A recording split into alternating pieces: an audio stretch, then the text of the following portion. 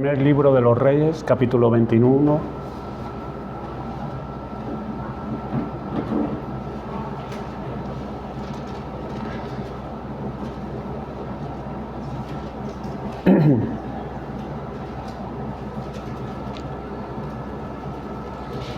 Seguimos en este interesante capítulo en la vida y ministerio del profeta Elías.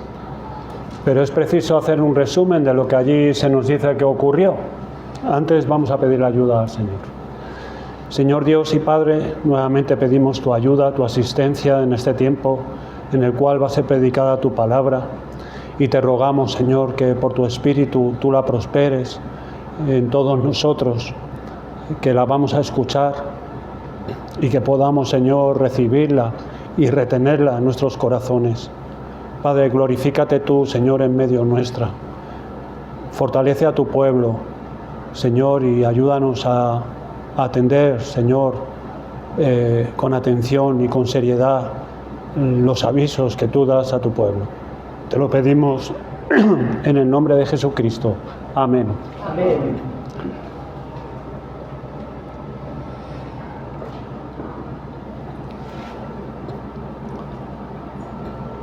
Como decía, seguimos en este interesante capítulo, en todo lo que es la vida y ministerio de este profeta Elías.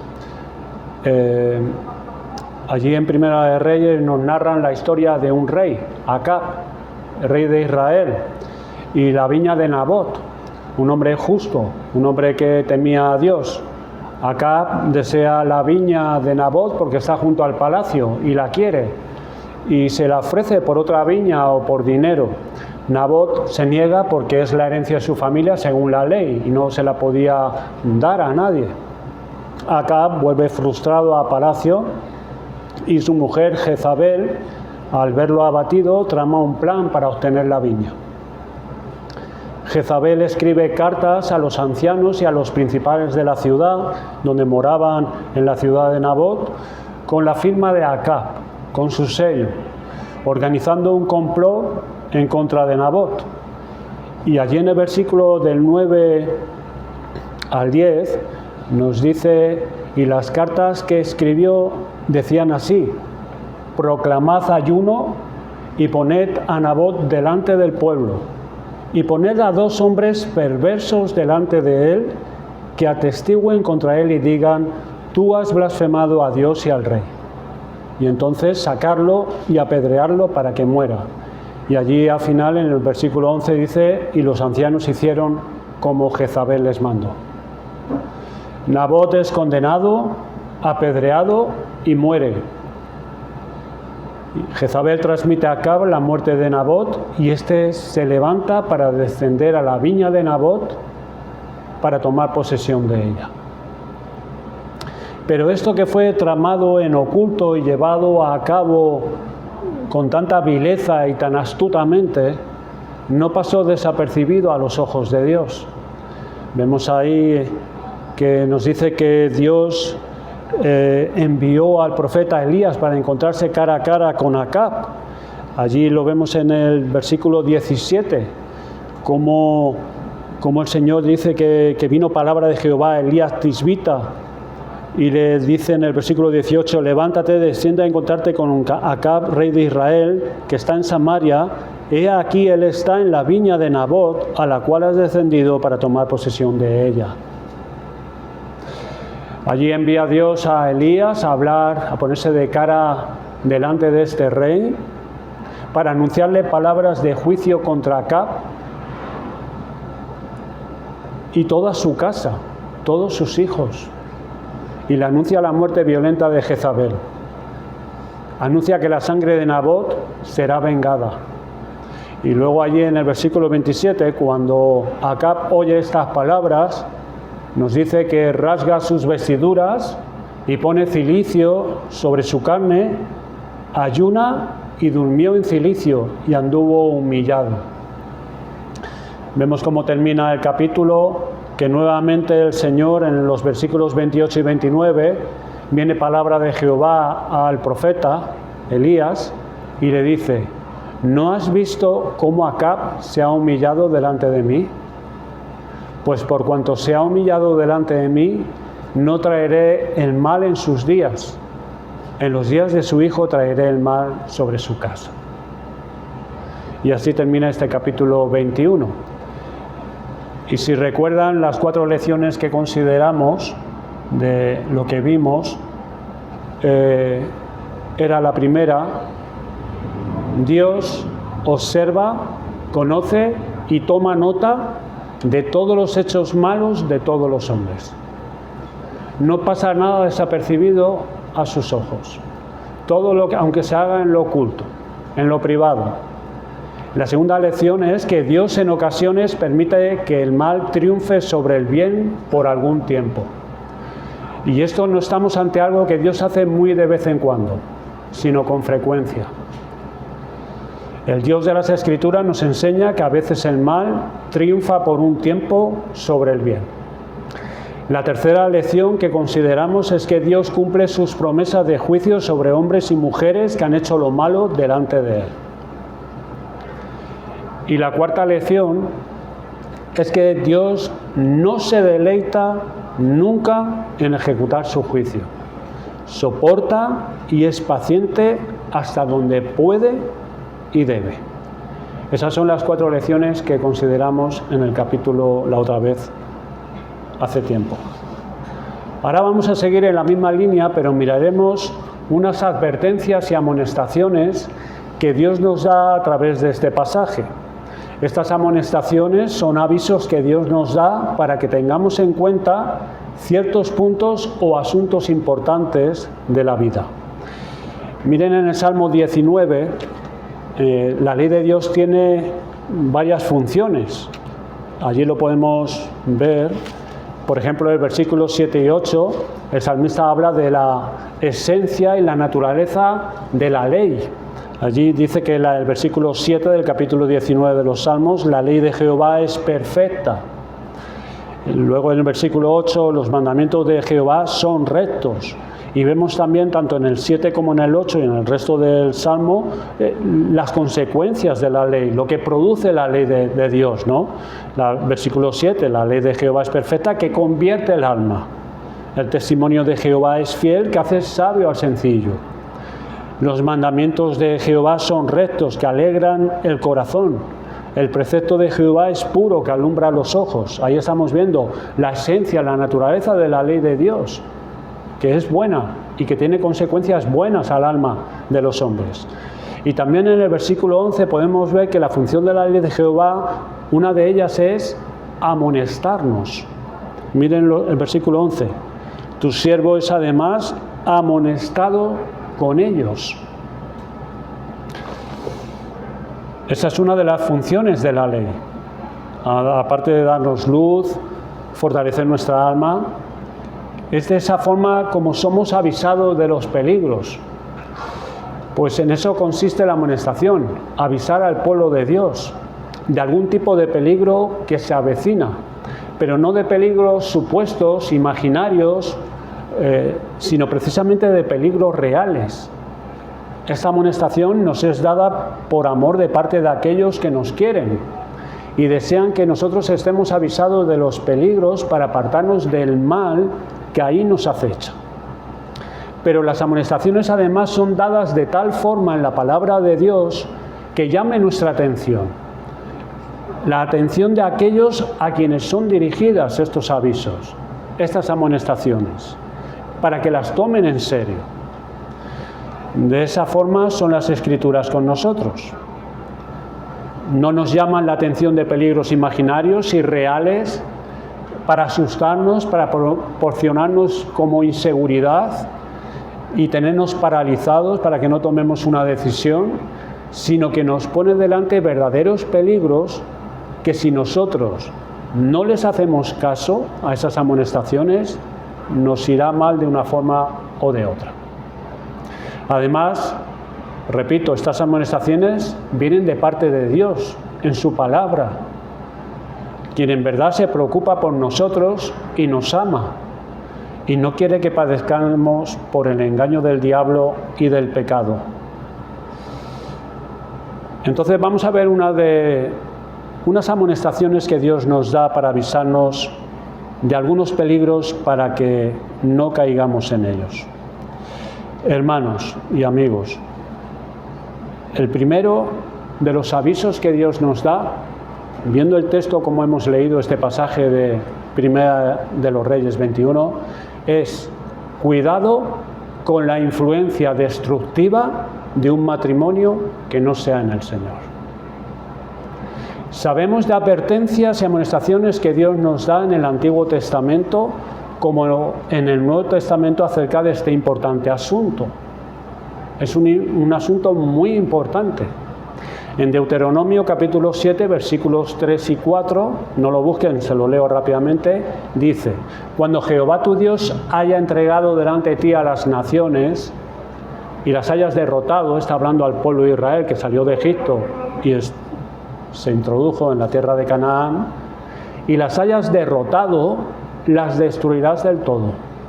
No harás con ella alianza, ni tendrás de ella misericordia, y no te emparentarás con ellas, no darás tu hijo a su hijo, ni tomarás a su hija para tu hijo. Ese era un mandamiento del Señor para el pueblo de Israel. Pero también en el Nuevo Testamento el apóstol Pablo también escribe a la iglesia de Corintios y a todas las iglesias, en 2 Corintios capítulo 6, 14, que dice: no os unáis en yugo desigual con los incrédulos. Y dice Pablo, argumenta, porque ¿qué compañerismo tiene la justicia con la injusticia? ¿Y qué comunión la luz con las tinieblas? Tales amonestaciones son dadas en forma de afirmación, que aunque conocemos bien y de los familiares que nos pueden llegar a resultar, puede que estas afirmaciones no ejerzan mucha presión en nosotros, por sí mismas. Pero aquí en este pasaje de Primera de los Reyes 21, encontramos la misma amonestación que hemos leído en Deuteronomio, en 2 de Corintios, pero dada a través de un ejemplo. Lo cual nos sirve para que recordemos y sepamos el por qué Dios nos da semejante amonestación. Y esto es lo que nos muestra en los versículos 25 y 26 de Primera de Reyes 21. Desde luego la raíz de la perversión de este hombre Acab fue su propio corazón. De dentro, si salía todo lo que hemos podido ir viendo de este rey que condujo al país a la idolatría. Mire lo que dice en el versículo 25: la verdad ninguno fue como Acab, que se vendió para hacer lo malo ante los ojos de Jehová. No hubo un rey como él, tan depravado, tan corrupto. Y en el versículo 26, él fue en gran manera abominable, caminando en pos de los ídolos, conforme a todo lo que hicieron los amorreos, a los cuales lanzó Jehová de delante de los hijos de Israel.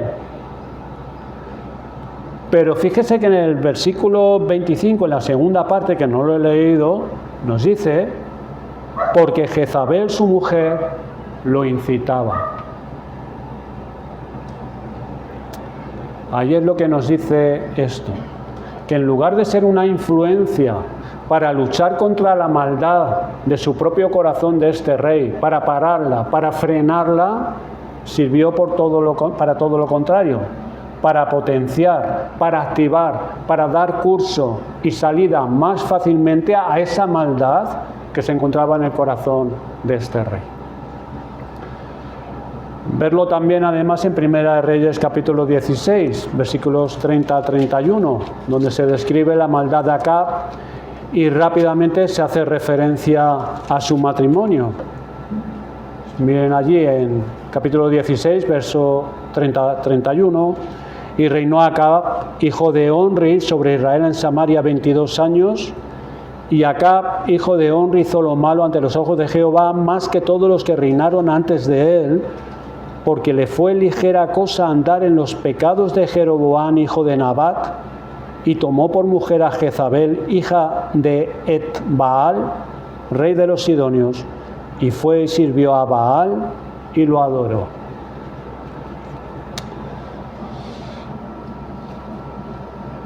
Después de todo esto se nos muestra cómo esta mujer influyó para que todo el pueblo de Israel fuera hundido en la idolatría y toda esa gran maldad. Piensen por un momento, hermanos, si Acab, antes de unirse a esta mujer, a Jezabel, hubiera visto las consecuencias de tal unión e influencia, la clase de muerte que iba a morir como juicio de Dios, la clase de muerte que iba a tener Jezabel, la matanza de todos sus hijos y descendientes, la muerte de muchos de los profetas de Dios a manos de esa mujer, y todo esto ayudado por la maldad de la que tomó por esposa. ¿Piensan ustedes que Acab hubiera entrado en matrimonio con ella sabiendo a dónde llegaría con este matrimonio? Seguramente si hubiera visto el panorama de su vida tal como iría a ocurrir, no creo que se hubiera casado con esta mujer. Acab era una persona insensible, pero hasta cierto punto. Pues el texto nos dice que reaccionaba ante ciertos acontecimientos fuertes, por ejemplo, como hemos leído, 21-27, a las palabras del profeta del juicio que iba a venir sobre él y sobre toda su casa. Dice que rasgó sus vestidos y puso cilicio en su carne y durmió y anduvo humillado. ¿Qué razones le llevó a Acab al matrimonio con esta mujer? Las cuales fueron más fuertes, esas razones, más fuerte que las amonestaciones y advertencias dadas por Dios en su palabra. ¿Qué razones había en él? Pues primeramente, hermanos, Acab no creyó esa advertencia que estaba en la ley de Dios. No creyó en ello. No creyó en las consecuencias que traería por tal desobediencia y lo que traería sobre su vida, las consecuencias de no tomar en serio la palabra de Dios. De manera que su vida fue todo un ejemplo de lo real de no obedecer a Dios. Pero ¿qué razones pudieron ser más poderosas en él que esas advertencias? Pues primeramente, pues ambiciones personales debidas a su rango y su puesto. Un matrimonio de esta naturaleza, como hemos leído en 1 Reyes 16:31, de quien era hija Jezabel, del rey de los Sidonios, significaría asegurar ciertas cosas. Era toda una alianza política que serviría para garantizar lazos comerciales entre ambas naciones vecinas. Tener un aliado de propia seguridad si venía una nación en contra. Le proporcionaría cierta seguridad a Acab tener tal aliado. Cosas que aspiraría un rey, que con ese matrimonio aspiraba a satisfacerlo. Atraído o movida además por la belleza exterior de Jezabel, valoró a esta mujer según los criterios del mundo.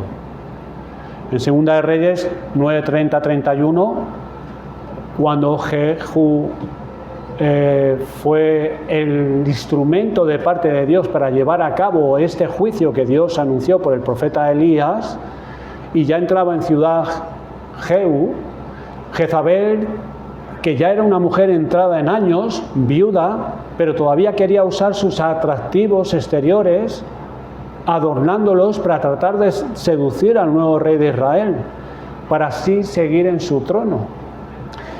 Si esta mujer usaba de tales cosas, es que aún los tenía consigo todavía.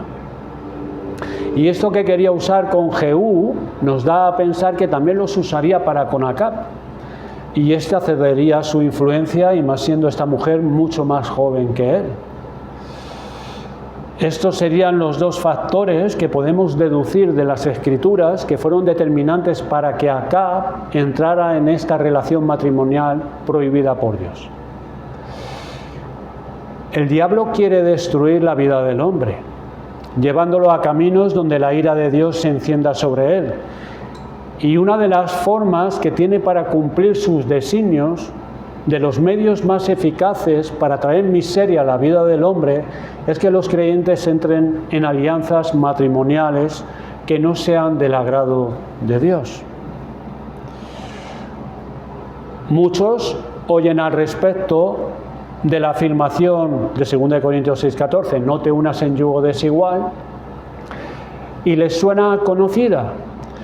y quizás no les mueva mucho, no ponga presión sobre sus conciencias. Esa forma de amonestación ellos las tengan en poco. Por eso quiera Dios que al ver esta misma afirmación ejemplificada y puesta por ejemplo en este capítulo, sea de tal impresión que en verdad disuada a nuestros solteros, a los hombres y mujeres, a dar un paso hacia una de esas relaciones matrimoniales no agradables a Dios, que cuando esto les venga al pensamiento o empiecen a manejar de lejos esta posibilidad, pues Dios les traiga al pensamiento lo que este capítulo nos dice por vía del ejemplo de semejante alianza matrimonial, de tal manera que rechace de forma radical semejante posibilidad de matrimonio. Consideremos entonces, hermanos, las artimañas del diablo que usó para con Acab, para llevarlo a ser la clase de hombre que fue y que llegara a vivir lo que vivió. Y considera cómo puede usar los mismos argumentos para llevar a alguno a un matrimonio que dé unos frutos parecidos a los que vivió Acab. Entrar en esta importante relación, como es el matrimonio, sobre todo para llevar a cabo tus ambiciones personales. Esta puede ser la gran tentación de una mujer o de un hombre. No es como el rey Acab. Esa persona, ese hombre, no es rey. Pero a su nivel y en su posición, ese hombre, esa mujer, puede tener sus propias ambiciones personales y buscar a un hombre con quien pueda gratificar esas ambiciones. Plantearse el matrimonio como el medio para alcanzar ese fin personal. Y piensa, ¿será este hombre con el que puedo alcanzar estos deseos e ilusiones personales que quiero conseguir? Yo quiero llegar a tener una casa así y así, yo quiero tener hijos, pero quiero dejarlos aquí y allá, porque quiero salir y conocer ciertos sitios y quiero viajar y quiero trabajar, quiero conocer el mundo. Yo quiero tener una vida donde pueda tener cierta libertad para esto y aquello. Y en base a esas ambiciones busca al hombre con el que podría vivir de esa forma, que le proporcione y le facilite todo esto. O ese hombre que ve a esa mujer que es bella y que resalta su belleza, que es muy guapa, y por eso se ilusiona con ella y se siente orgulloso de tener una novia así. Y se hace la ilusión de que va a vivir una vida dichosa y feliz, teniendo por mujer a una que él y todos sus amigos aprecian como una mujer muy guapa. Y esto es lo que hace el diablo, queriendo usar los deseos de la carne para llevar a hombres y mujeres a decidirse por un cónyuge cuyo matrimonio traerá graves y serias consecuencias en su persona y en su vida. Se entra en esta relación según estos criterios, pensando que todo esto irá como uno se imagina. Pero resulta que el diablo estaba asegurando las bases para que se cumpliera su plan de destrucción y muerte. Pues les dice que si satisfacen los deseos de sus ojos y dan satisfacción a sus propias ambiciones personales, ya podrán vivir un matrimonio dichoso y feliz con esa persona. Nunca el diablo, hermanos, le dijo a Acab esas consecuencias que tendría casarse con su mujer Jezabel. Él nunca le puso esto de cara. Nada le dijo lo que le iría a pasar en la nación y a los profetas de Dios. De qué manera temprana y prematura él mismo, el rey, quedaría herido y muerto. Cómo iría a morir Jezabel arrojada desde una ventana y devorada por los perros. Ni cómo sus propios hijos serían todos degollados y sus cabezas puestas en un canasto. Nada de esto le dijo el diablo, se lo puso de cara al rey Acab. Absolutamente nada de esto. El diablo le haría pensar todo lo contrario. Le diría a Acab, mira esta mujer qué bella es. ¿Tú quieres sentir lo que es tenerla como mujer? Además, mira de quién es hija.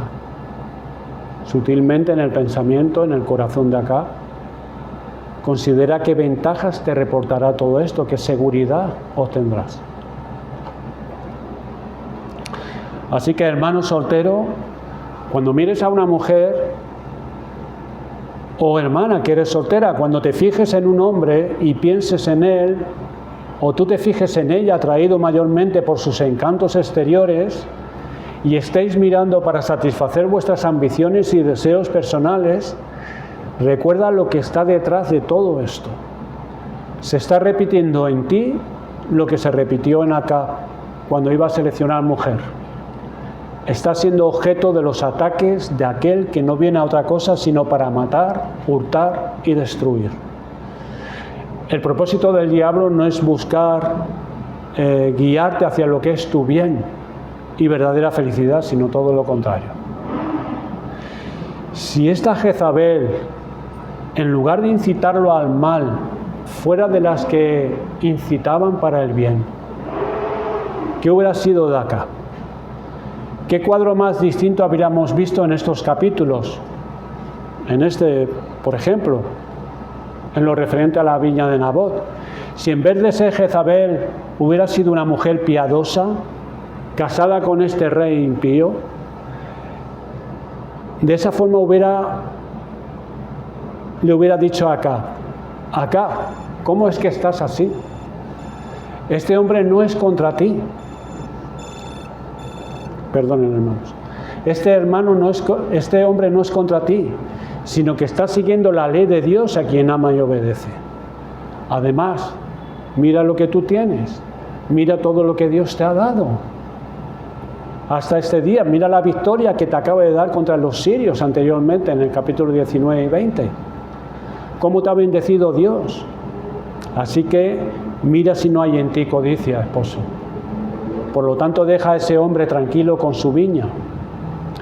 Eso hubiera sido una buena influencia de una mujer piadosa para este hombre. O en el capítulo 19, a la vuelta del Monte Carmelo, qué diferente hubiera sido si le hubiese dicho a Acab, ¿en verdad pasó eso? Qué necios hemos sido cuando Dios hizo descender fuego desde el cielo y consumió todo el sacrificio. Y todo el pueblo dijo, Jehová es Dios, Jehová es Dios. Si Jezabel le hubiera dicho, ¿en verdad pasó eso? Qué necios hemos sido. Jehová Dios nos ha dado pruebas y evidencias suficientes para que en verdad nos volvamos a Él. Así que, hermanos, ¿cómo influye el cónyuge en cada momento crítico de la vida, en cada encrucijada de la vida, el camino por el cual vas a coger? Su influencia será conforme a los principios que gobierne su corazón. ¿Qué diferencia también hubiera sido acá a la hora de dar el mensaje cuando venía del Monte Carmelo? ¿Qué mensaje le dio a Jezabel? Lo cual ella, ¿qué es lo que hizo? Matar al profeta Elías, que degolló a todos esos sacerdotes en el monte. Pero si él hubiera dicho, Jezabel, Jehová es Dios, Jehová es Dios, el verdadero Dios de Israel. ¿Pero qué le contó? Se centró en que Elías había degollado a los falsos profetas. Qué importante también, ¿no? Cómo decimos las cosas, cómo las expresamos a nuestro cónyuge, qué es lo que queremos transmitir a nuestro cónyuge. Estos son llamadas de atención. He empezado por los solteros, pero es que esto tiene su influencia y abarca en los matrimonios ya también. A los solteros, cuando mires a una mujer o a un hombre, pide a Dios que te guíe a un hombre, a una mujer, en cuyo corazón Cristo sea el Rey en sus planes, el Rey en su vida, en su conducta, en el uso de sus cosas y el Rey en su tiempo. Qué importante es esto.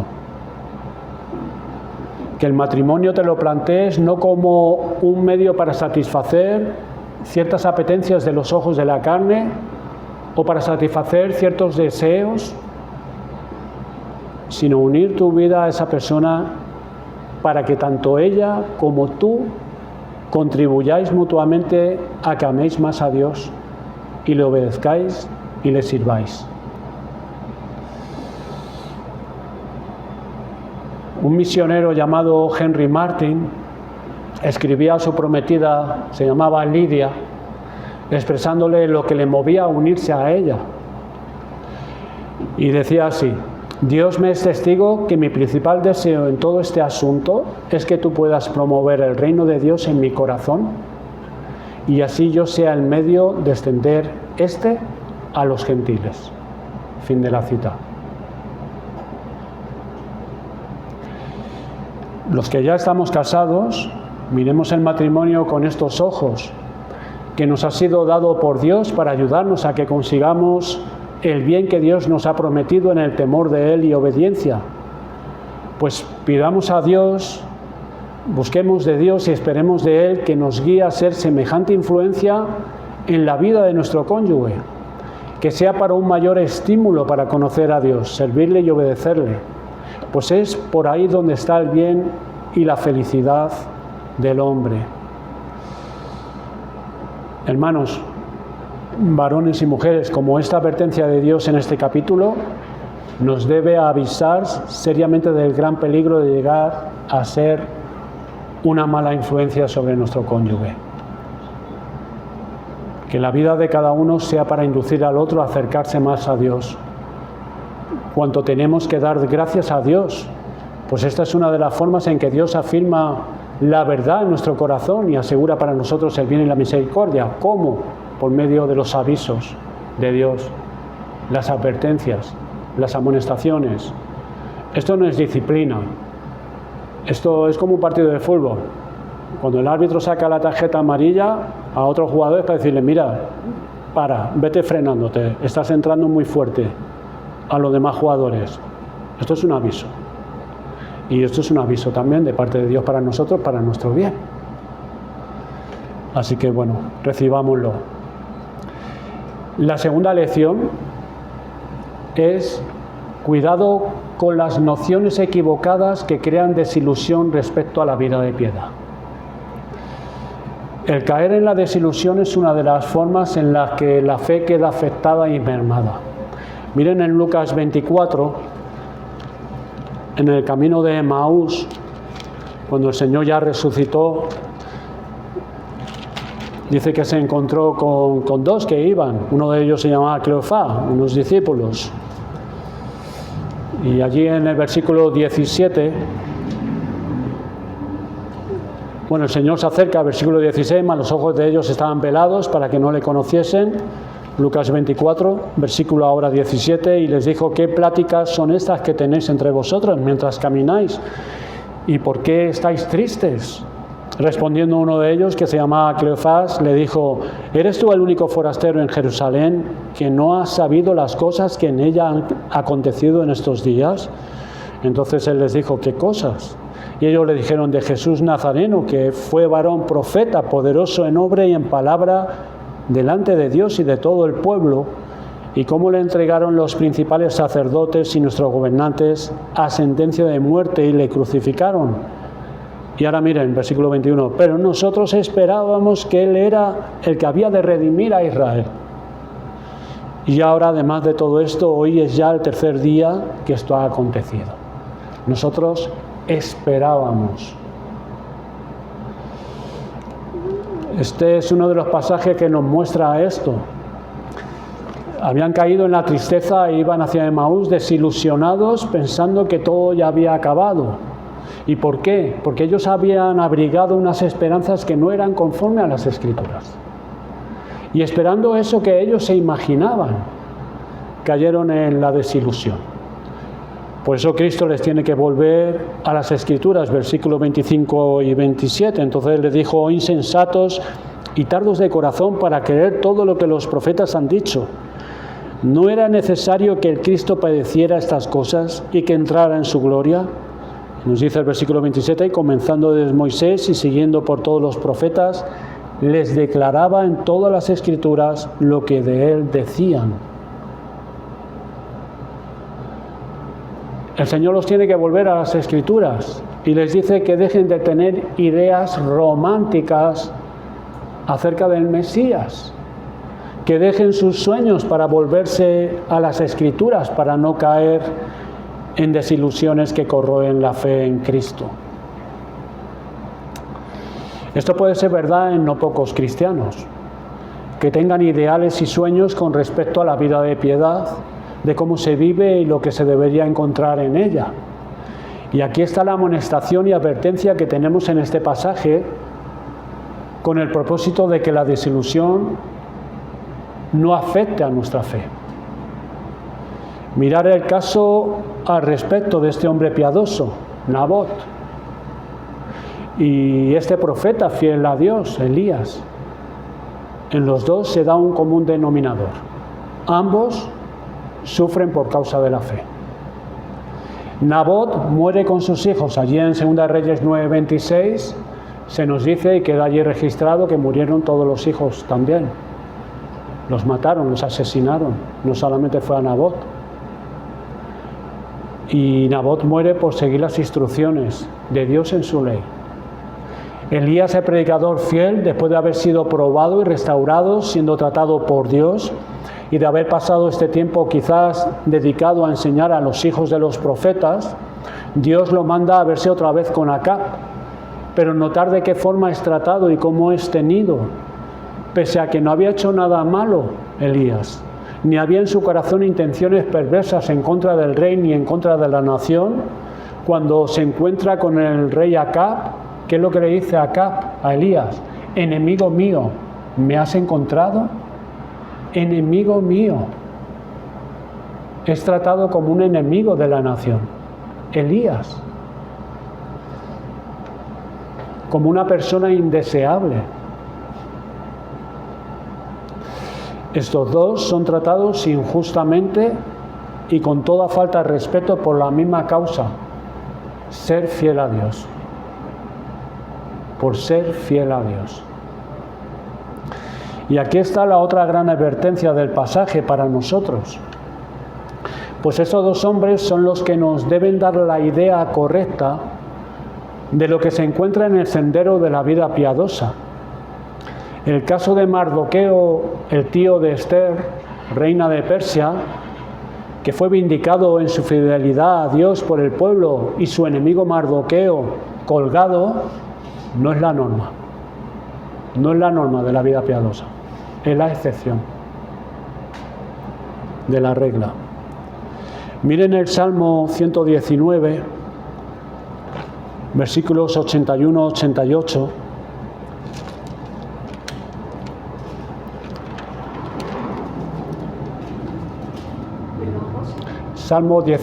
Salmo 119, 81 al 88.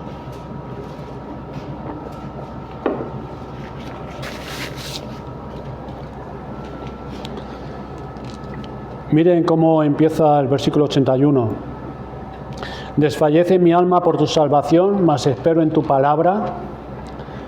Desfallecieron mis ojos por tu palabra, diciendo, ¿cuándo me consolarás? Y miren el versículo 83, porque estoy como el odre al humo. El salmista dice que se compara a un odre al humo.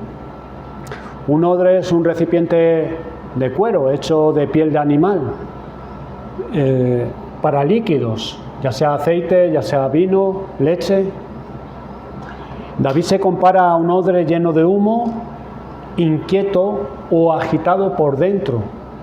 Es una metáfora de agitación interna, de molestia. Y la causa por ello es que estaba siendo perseguido por los soberbios. Miren lo que dice el versículo 85. Los soberbios me han cavado hoyos. Y luego dice, sin causa, sin causa me persiguen, ayúdame. Casi me han echado por tierra. Versículo 87. Estaba siendo perseguido por los soberbios. Y no por hacerles mal David, sino por ser fiel a Dios. Por guardar los testimonios y mandamientos de Dios. Miren lo que dice el 84. ¿Cuántos son los días de tu siervo? ¿Cuánto harás juicio contra los que me persiguen? Los soberbios me han cavado hoyos, mas no proceden según tu ley. Todos tus mandamientos son verdad. Sin causa me persiguen. Ayúdame. Casi me han echado por tierra. Pero mire lo que dice el salmista. Pero no he dejado tus mandamientos. vivifícame conforme a tu misericordia. David no les había hecho ningún mal, pero estaba siendo perseguido porque guardaba los mandamientos de Dios, por ser fiel a Dios. Y esta es la regla para el hombre y para la mujer, que viva rectamente aplicándose la palabra de Dios y tomándola en serio para obedecerla. Será tratado de forma despectiva. Y en muchos casos, solo la intervención de Dios será lo que restrinja el mal sobre estos de parte de los adversarios.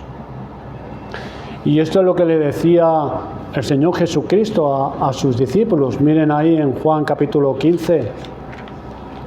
El Señor ya se lo advirtió y nos lo advierte a nosotros, está aquí registrado. Versículo 15, versículos 18 y 19. Si el mundo os aborrece, sabed que a mí me ha aborrecido antes que a vosotros.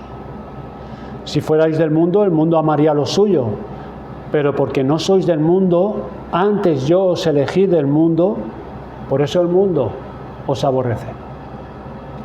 Pero antes lo aborrecieron a él. Cristo siempre trató de quitar los aires de grandeza de sus discípulos acerca de seguirle a él. Ellos pensaban en honores, en poderes otorgados, en posiciones de gobierno según el mundo, pero Cristo no les dejaba que volaran por ahí para que no cayeran luego en la desilusión. Y como aquí se ponía él mismo por lo que había pasado y vivido entre los hombres como ejemplo y referencia de lo que ellos también irían a encontrar.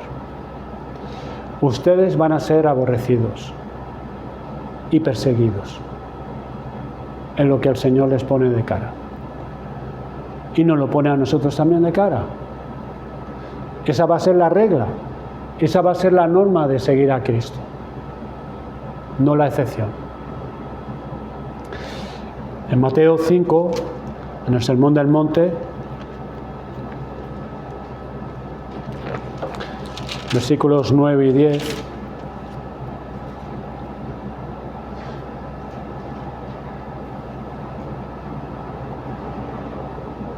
perdón, 10 al 12, dice: bienaventurados los que padecéis persecución por causa de la justicia, porque de ellos es el reino de los cielos. Bienaventurados sois cuando por mi causa, os vituperen y os persigan y digan toda clase de mal contra vosotros mintiendo. Ahí nos habla de las características de un verdadero cristiano. Ahí las vemos en las bienaventuranzas, lo que es un verdadero cristiano. ¿Cómo es el carácter de este hombre? ¿Cómo es el carácter de esta mujer hacia ciertas cosas de sí mismo, del mundo y de Dios? Pues parte de la descripción de este cuadro es de lo que es un verdadero creyente, es el de padecer persecución, vituperios y toda clase de mal. Y notar que no dice bienaventurados sois, sí, versículo 11, sino cuando seáis perseguidos, cuando padezcáis, como que es algo que con toda seguridad va a venir, si eres un verdadero cristiano. Segunda de Timoteo capítulo 3, versículo 12, Pablo, para darle ánimo en los padecimientos y adversidades a Timoteo, a su discípulo amado, también le da este principio. Segunda de Timoteo capítulo 3, versículo 12, nos dice: y también todos los que quieren vivir piadosamente en Cristo Jesús padecerán persecución. Todos los que quieren vivir piadosamente en este mundo, de una forma o de otra, de una intensidad o de otra, van a ser perseguidos. Quizás no pierdan la vida físicamente, pero van a ser perseguidos. Van a ser vituperados. Eso es lo que van a encontrar. No dice algunos. No se refiere a los más piadosos en la iglesia, entre ellos una parte o mayoría, sino todos, todos los que quieran vivir piadosamente. Eso es lo que le pasa al hombre piadoso, a la mujer piadosa. Pedro mismo desechaba esta idea. Allí en Mateo 16, 22, cuando el Señor les anuncia que iba a ser entregado en manos de pecadores, que iba a ser entregado a los principales, que iba a ser castigado, escupido, golpeado y entregado a los gentiles para ser crucificado, vemos como Pedro coge aparte al Señor Jesucristo y le empieza a reconvenir: Maestro, que no te suceda esto, que no sea esto contigo. Ya luego, cuando ya maduró en su vida de piedad, ya en sus últimos años, cuando ya estaba a punto de ser ejecutado, en Primera de Pedro, vemos como él veía esto de una manera muy diferente. Miren en Primera de Pedro capítulo 4.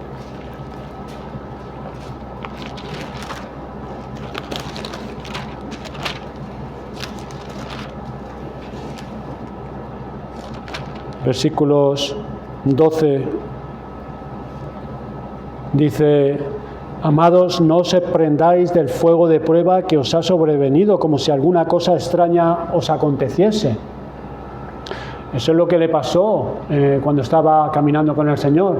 Se sorprendió: ¿cómo es esto, Maestro? ¿Cómo te va a pasar esto? ¿Cómo que te van a arrestar? ¿Vas a ser golpeado, entregado a los gentiles, crucificado? No, que esto no... ¿Cómo va a pasar esto si nosotros esperamos que tú vas a reinar en Israel y nosotros vamos a tener puestos al lado tuyo, vamos a gobernar también? Que esto no te acontezca. Se sorprendió y con él todos los discípulos. Pero aquí les está diciendo que no sean como él en principio, en el pasado. No sean ustedes como yo, no se sorprendan, no lo vean como una cosa extraña los sufrimientos y padecimientos por seguir detrás de Cristo tomando la cruz, sino que es todo lo contrario, es lo normal, es la regla. Por eso, versículo 13, gózate. Dice: gozaos cuando sois participantes de los padecimientos de Cristo. Gózate en ello, pues estás participando así en los padecimientos de nuestro Señor. Considérate bienaventurado por ello, versículo 14. Si sois vituperados por el nombre de Cristo, sois bienaventurados. Allí en el Sermón del Monte también, terminando la bienaventuranza, dice: porque así persiguieron a los profetas que fueron antes que vosotros. Así persiguieron. Así que, hermanos, cuando por causa de adorar a Dios, de obedecer a Dios, de conocerlo y seguirlo, padecemos por ello, gocémonos, regocijémonos.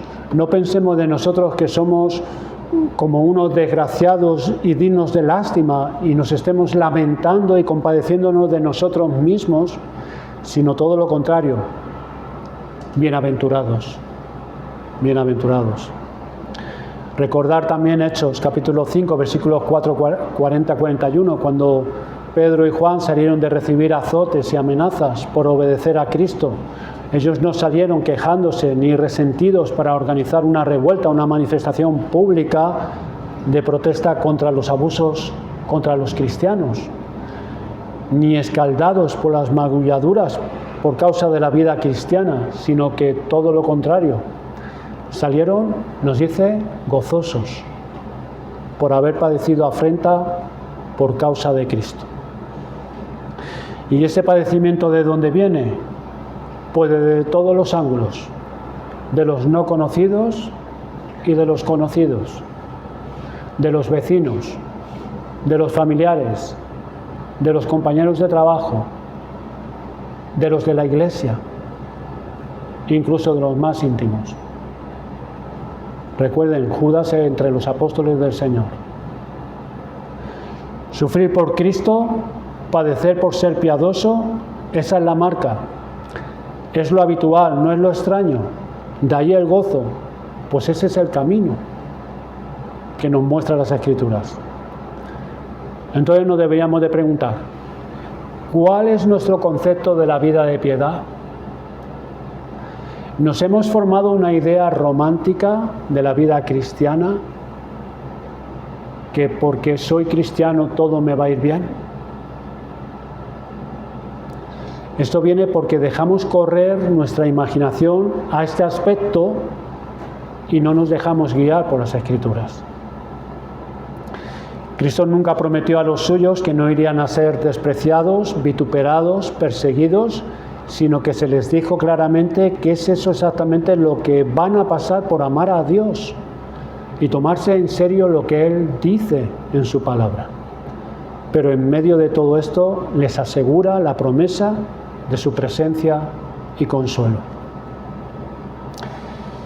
Así que, hermanos, es a través de muchas tribulaciones que entraremos en el reino de Dios, y sea así como pensemos acerca de la vida cristiana, para que de ninguna manera nos desilusionemos y entonces nuestra fe decaiga.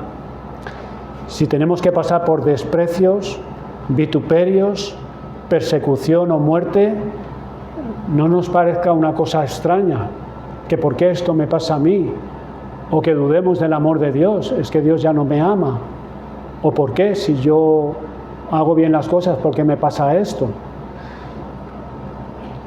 Eso es lo que han encontrado muchos que nos han precedido por creer y mantener las mismas verdades que nosotros.